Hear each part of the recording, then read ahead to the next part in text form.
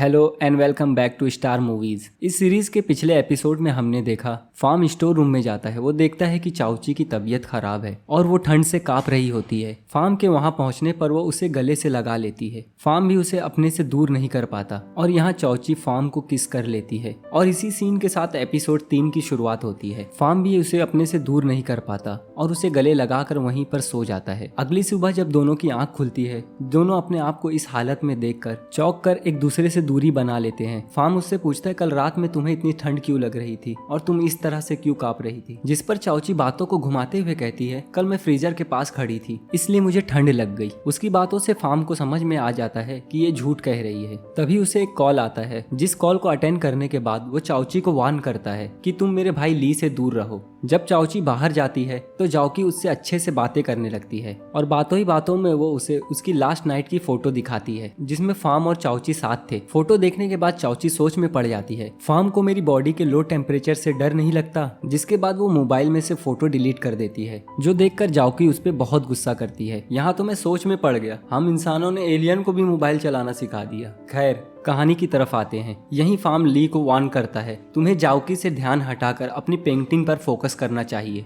लेकिन ली फार्म की बात मानने की बजाय उससे ही लड़ने लगता है। वहीं हम नीचे चाउची को देखते हैं जो फार्म को दोबारा टच करके ये जानना चाहती थी कहीं वो भी एलियन तो नहीं है। तभी हम फार्म को देखते हैं वो गुस्से में ली को पकड़कर बाहर ला रहा होता है। यहाँ ली और चाउची एक दूसरे को देखकर बहुत खुश हो जाते हैं। तभी चाउची फार्म को छूने की कोशिश में उसे पकड़ लेती है, जिससे छुड़ाकर ली उसे मौका मिलते ही वहाँ से भाग जाता है। लेकिन चाउची उसे नहीं छोड़ती, इसलिए वो उसे ढकेल कर दीवार की ओर ले जाता है, जो सब फार्म के स्टाफ भी देख रहे होते हैं। यहाँ चाउची खुद को छुड़ाने के लिए अपनी पावर का इस्तेमाल करने की कोशिश करती है, लेकिन वो ऐसा नहीं कर पाती और उसे पता चलता है जब फार्म उसे टच करता है तब उसकी पावर्स काम नहीं करती। जो देखकर चाउची उसे कहती है क्या तुम मेरी तरह क्रिप्टॉन के कोई जासूस हो या तुम्हारा अनाउंस मीटर से कुछ लेना देना है। जो सब सुनकर फार्म कहता है शायद तुम्हारा दिमाग ठिकाने पर नहीं है और तुम अपनी ही दुनिया में मस्त हो, मुझे तो लगता है तुम्हें अपने गोले पर लौट जाना चाहिए। ये बोलकर फार्म वहाँ से चला जाता है। जो सुनकर चाउची बहुत उदास हो जाती है। फार्म जिंग के साथ कहीं जा रहा था, वो जिंग से इम्पोर्टेंट डॉक्यूमेंट्स की फाइल मांगता है। तब उसे वहाँ पर जाओकी के रेस्टोरेंट का एग्रीमेंट मिलता है जो चाउची उसके लिए लेकर आई थी। ये देखकर फार्म जिंग से कहता है हमें सिक्योरिटी बढ़ाना चाहिए। वहीं चाउची ली के अपार्टमेंट में पहुंच जाती है, जहां ली उसे देखकर बहुत खुश होता है और उसे बैठाकर उसका पोर्ट्रेट बनाने लगता है। जिसके बाद फार्म फिर जू के घर पर आता है, क्योंकि उसे पता चला था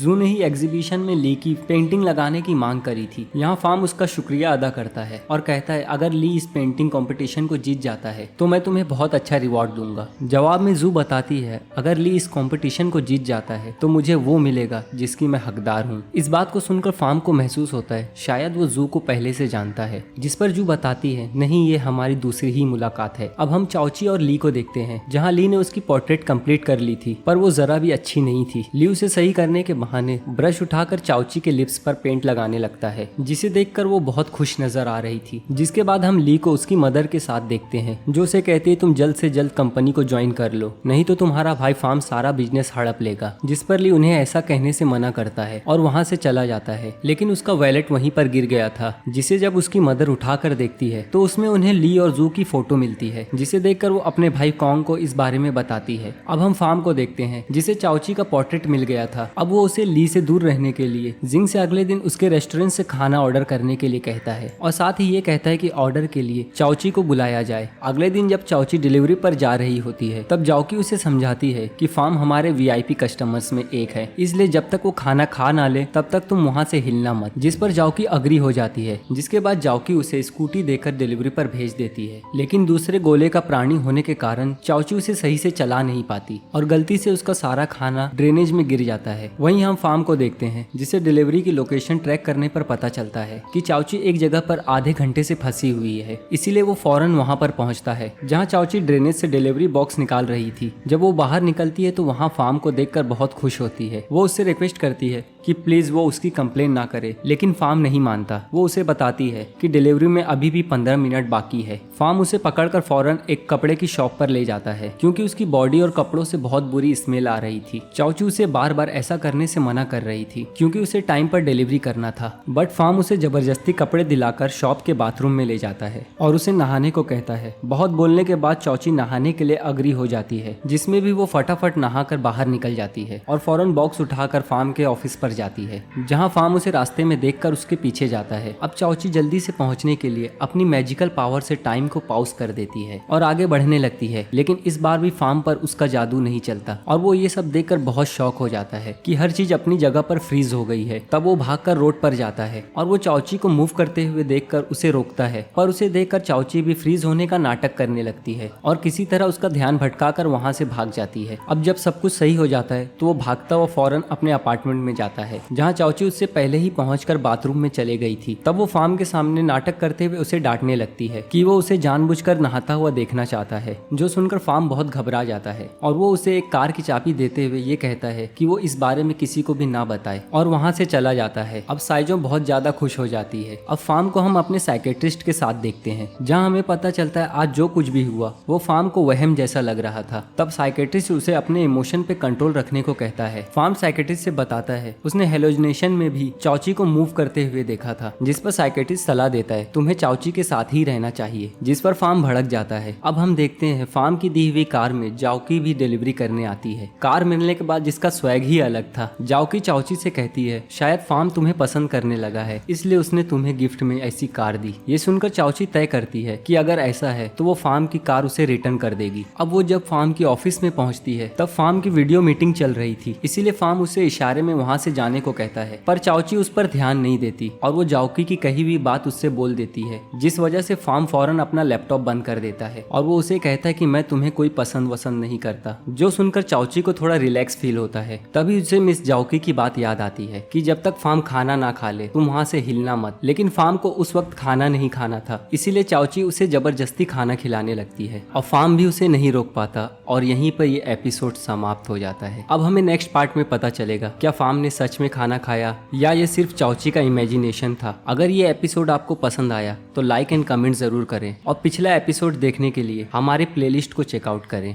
थैंक यू।